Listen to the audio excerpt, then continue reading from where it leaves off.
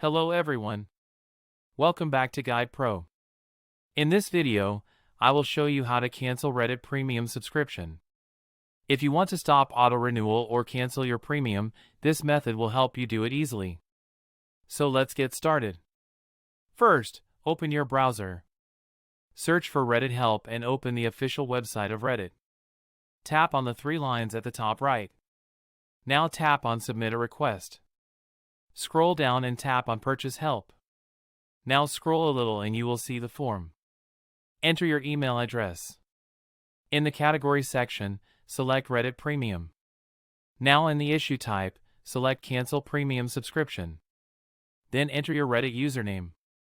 In the subject box, write Cancel My Subscription. Now in the Details section, you can request cancellation.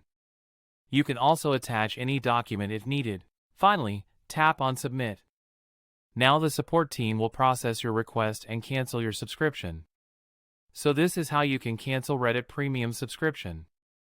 If this video helped you, make sure to like the video and subscribe to Guide Pro.